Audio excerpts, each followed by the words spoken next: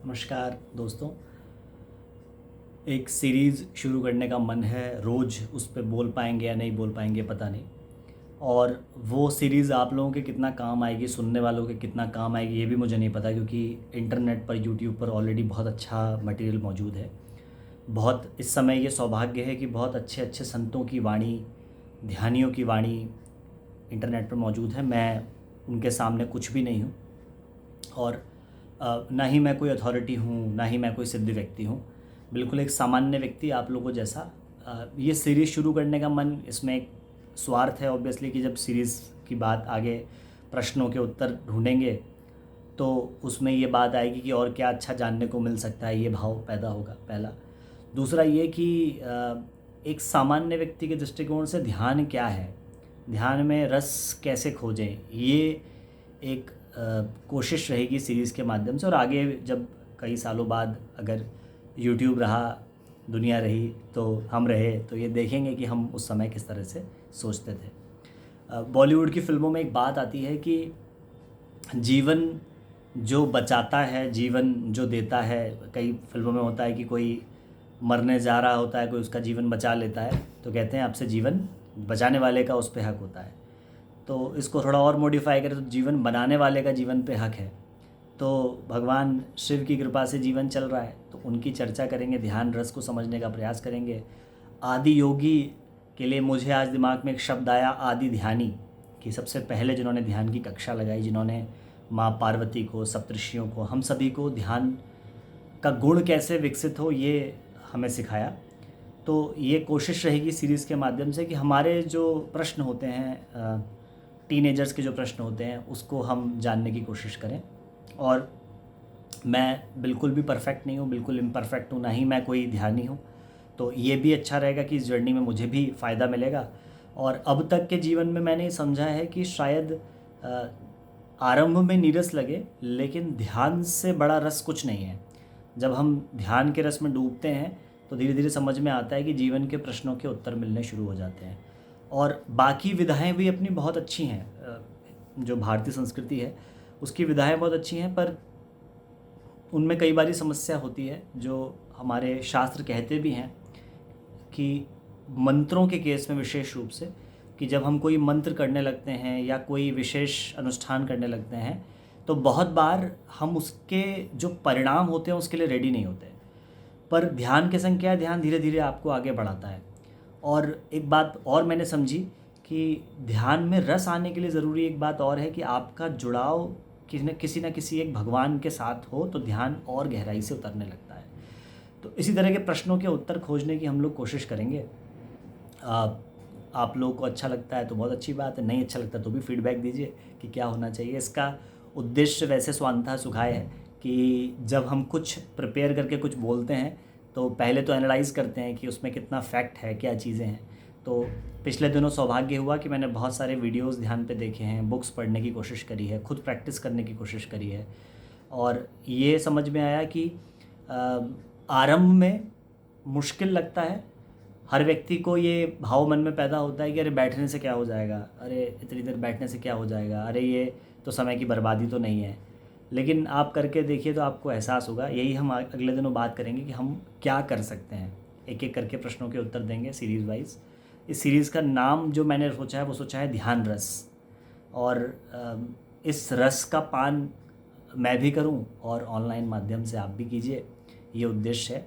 और आपके मन में कोई और प्रश्न पैदा होता है जिसमें आपको लगता है कि आप उसका उत्तर नहीं खोज पा रहे हैं व्यस्तता के कारण, तो आप मुझे बताइए। मुझे प्रकृति की कृपा से, शिव कृपा से समय मिला है कि जब मैं अपने मन की चीज़ें पढ़ सकता हूँ और उस पर एक्सप्लोर कर सकता हूँ। आपके मन में भी कोई प्रश्न आता है तो डेफ़िनेटली आप उसको उठाइए।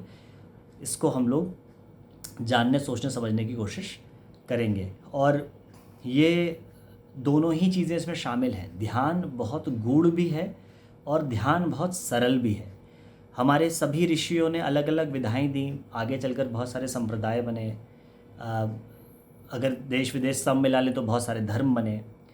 पर सब में एक बात ज़रूर कॉमन है कि सभी लोग परमपिता परमात्मा जिस भी रूप, साकार निराकार, किसी ना किसी रूप में उसको समझने जानने के लिए ध्यान पर बल देते हैं कि ध्यान दीजिए।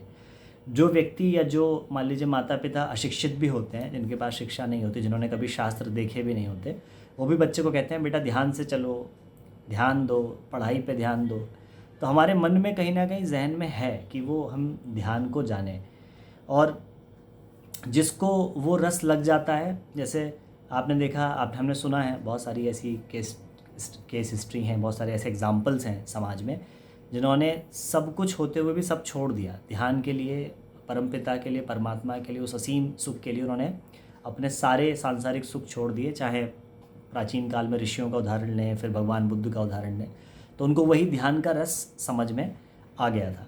तो हम लोग उसको धीरे धीरे समझने की कोशिश करेंगे इस पूरी सीरीज़ में, और ज़रिया है यूट्यूब, वीडियो बनाने का प्रेशर होगा तो मैं भी उसके बारे में और एक्सप्लोर करूँगा। रोज़ एक नया प्रश्न, क्योंकि हर कदम पे प्रश्न है। एक और बात है कि बहुत सारे लोग ऐसे हैं जो सत्य जानते हैं, पर जब भी वो ऑनलाइन आते हैं या कुछ अपनी बात कहते हैं, थोड़ा घुमा फिरा के कहते हैं। उसके पीछे शायद वजह ये भी हो सकती है कि पूरी बात लोग जाने तो खुद घर पे कुछ ट्राई ना करने लगें। इसीलिए यहाँ बात आती है, इसके बारे में हम लोग और आगे बात करेंगे। गुरु परंपरा की, गुरु क्यों आवश्यक है, क्यों गुरु से ही सीखना चाहिए। तो शायद इसलिए बहुत सारी बातें वो उसमें थोड़ा ट्विस्ट करके बता देते हैं।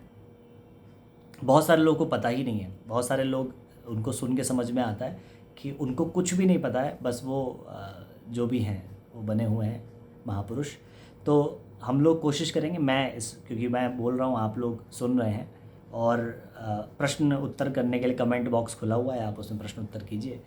तो इसमें मैं कोशिश करूँगा कि जो मुझे समझ में आया, जो एक्सपेरिमेंटल वे में सही निकला, वही बातें आपसे शेयर की जाए, और जो मैंने एक्सपेरिमेंट नहीं किया उसको मैं बोल दूँगा भाई ये महापुरुषों ने लिखा हुआ है।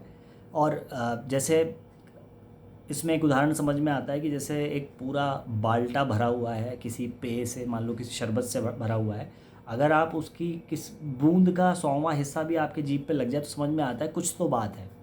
तो हमने पूरा तो एक आध ग्लास तो नहीं पिया है, लेकिन थोड़ा चख के समझ में आया कि इससे ज़्यादा स्वादिष्ट कुछ नहीं है। ना तो धन में वो स्वाद है, ना ही और चीज़ों में वो स्वाद है। जितने भी हमारे पास उपलब्ध हैं भोग सामग्रियाँ, उनमें वो स्वाद नहीं है जो थोड़ा सा ध्यान में स्वाद है। अच्छा, एक और यहाँ पर बात आती है अवश्य कि जब भी हम इस दिशा में आगे बढ़ते हैं उतने ही संकट भी पैदा होते हैं। जिसने कभी, जो मान लीजिए जो कभी व्यक्ति जिसने सेना में जाने के बारे में कभी सोचा नहीं, वो कभी दौड़ेगा नहीं, दौड़ा नहीं तो कभी पैर में दर्द होगा नहीं।